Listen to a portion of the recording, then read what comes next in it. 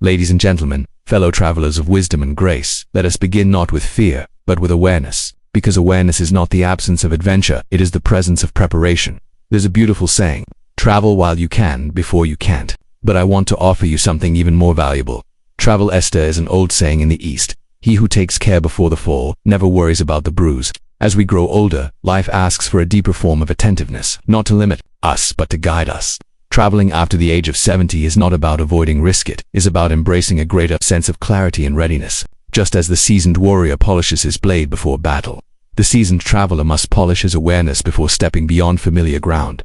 Let us begin with what many overlook, perhaps because it is not visible in the mirror or noticeable, until it strikes, the silent risk of medical complications.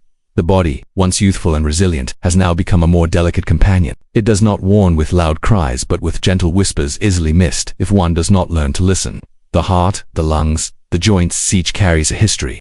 When we are young, we live as if time will wait, but after 70, time no longer whispers. It begins to ask questions. It begins to test the preparedness of the soul and the discipline of the mind. Imagine a man, 73 years of age, boarding a long flight to South America. His spirit is vibrant, his eyes filled with wonder. But halfway through the flight he begins to feel a tightness in his chest. Panic sets in not because he is unwell, but because he realizes he did not bring his updated medical records. The staff asks about his condition, his medication.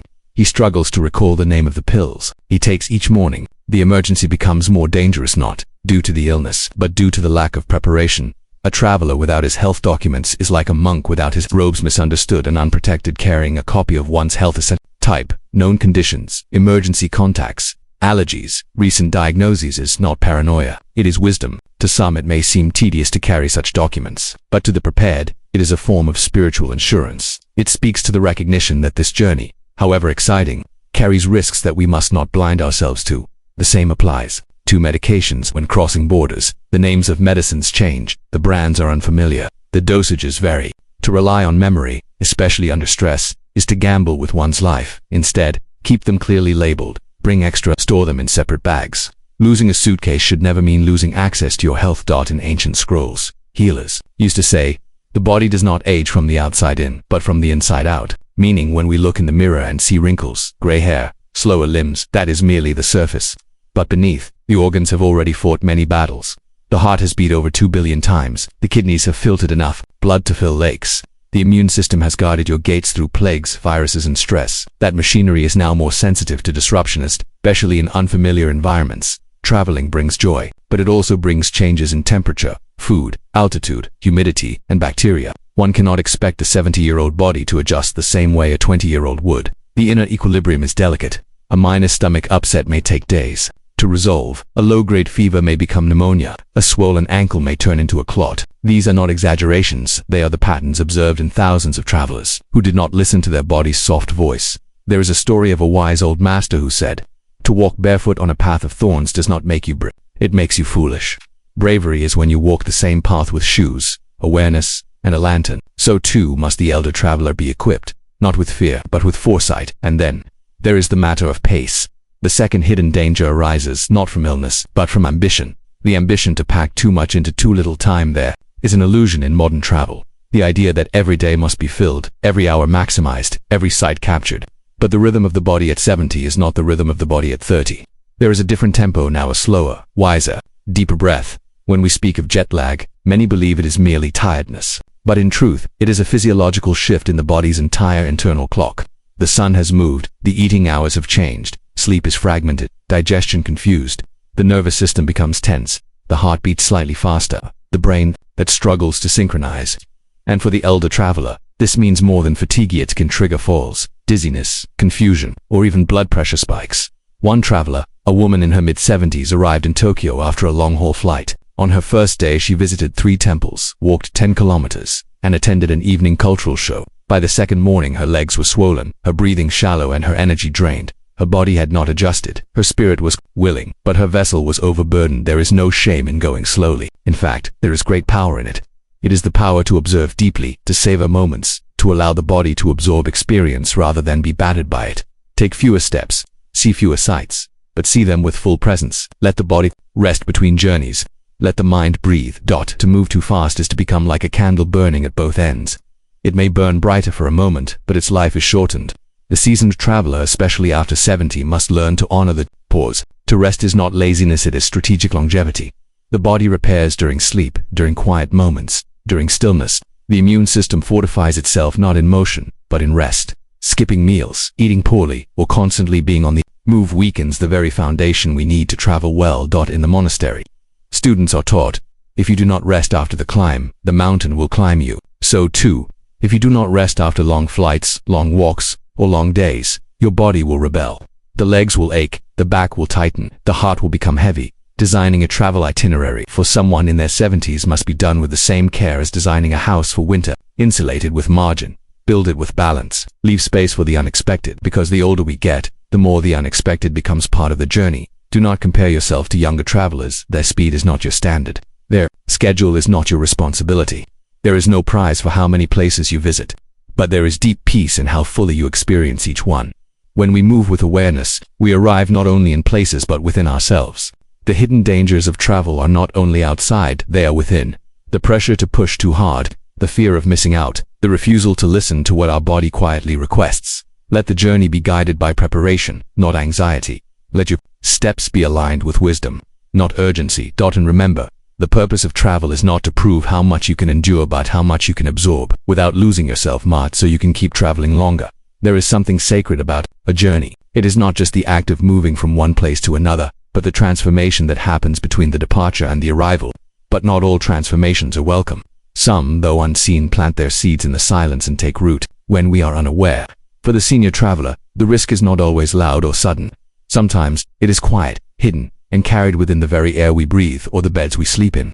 The immune system, like a warrior who has fought for decades, becomes more cautious with time. Wounds take longer to heal, and resistance to unfamiliar threats weakens. This is not failure, it is nature. As the tree ages, its bark thickens, but its roots become more sensitive to sudden changes in the earth. So too is the aging body, more experienced, but less forgiving. When one steps into a crowded airport terminal, the journey has already begun. The exchange of air, the contact with countless hands, the proximity of coughs and sneezes, all invisible, all unnoticed. What is airborne to one becomes internal to another. In youth, a sniffle fades overnight, but after 78, simple cold can become a chest infection, and an upset stomach can spiral into dehydration. A friend once traveled by cruise to celebrate his 75th birthday. It was a journey he had planned for years. He had imagined the sea breeze, the laughter of strangers, the rich meals under open skies. But 2 days in, he found himself in the ship's infirmary. A small cut on his foot from the pool area had turned red, then swollen. Within hours, he was running a fever. The diagnosis, a bacterial infection. A minor scratch, neglected in a humid environment, opened the door to a chain of events he never anticipated. Cleanliness is not a habit, it is a shield. It is said, a warrior sharpens his sword even when no battle is near. Likewise, the senior traveler must carry this discipline, not out of fear, but out of deep respect for the body that has carried them this far. Disinfecting surfaces, washing hands before every meal, avoiding tap water in unknown places, checking the cleanliness of hotel rooms. These are not exaggerations. They are necessary rituals. Immunity is not simply a matter of medicine, it is a matter of mindfulness. To walk through a market, tempted by exotic foods, is a joy.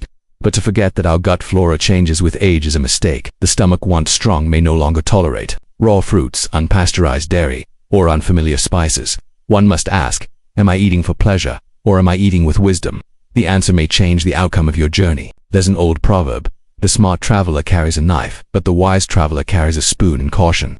This speaks to the art of choosing wisely what enters the body, not only physically, but energetically. Stay hydrated, but be wary of where your water comes from. Enjoy local meals, but eat where the locals trust.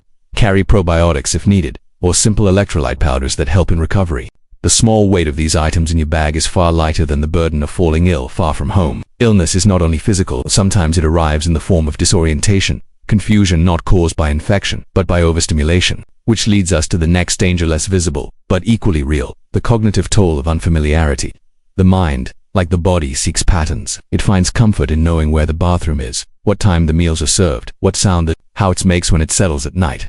But in travel, all these patterns are broken. New languages, new street names, unfamiliar signage, different currencies, changed routines. All of these may create excitement for the young, but for the aging mind, they can create internal noise. Too many changes at once may overwhelm the processing ability of the brain. Imagine an older woman traveling to a new city. She steps out of her hotel for a short walk. thinking she will remember the way back. She is alert, confident, and experienced. But within 20 minutes, every street begins to look the same.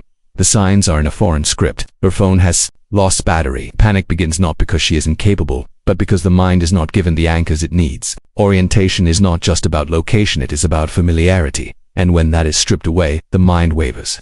Mental fog, confusion, and memory lapses are not signs of weakness, they are signs that too much is being asked of the mind in too short a time. In the monastery we say, to balance a bowl of water, the hand must be steady, but if the arm is already tired, even a drop will spill it. The same applies to cognition. When the brain is fatigued by long travel days, constant conversation, changing sleep cycles, it loses the precision to think clearly. Preparation here is simple. Carry written information at all times, your hotel address, emergency numbers, your country's embassy contacts. Keep a daily schedule on paper, not just in digital form. Use maps that are printed, not only on screens. The presence of these tangible tools reduces dependence on memory and brings stability. Let others know where you are. Share your plans in advance. Wear a medical ID if needed, and do not be afraid to ask for help. The world is still full of kindness, but that kindness is most available when you make yourself visible and clear in your needs. There is a story about a sage who traveled far to teach wisdom. One day he arrived in a bustling village and was immediately lost. Though wise in philosophy, he could not read the local script. Though fluent in many ideas, he could not speak the dialect. A child noticed his confusion, held his hand, and walked him to the temple. The sage later said, "I taught many truths in my life, but in that moment, the truth was simple. The humblest help often comes to those who humbly ask." It is not pride that keeps us safe, it is humility. The willingness to slow down, to acknowledge our limitations, to build safety nets before they are needed. Mental health is no longer separate from physical health. A stressed mind weakens the body. A disoriented brain sends stress signals to the heart. Anxiety raises cortisol. Cortisol suppresses immunity. The cycle is complete and often begins with something as small as losing one's bearings in a new place. The solution lies not in stopping travel, but in traveling with deeper wisdom. Familiarity is the bridge between new experiences and emotional stability. Carry photographs with familiar scents. Listen to music you love.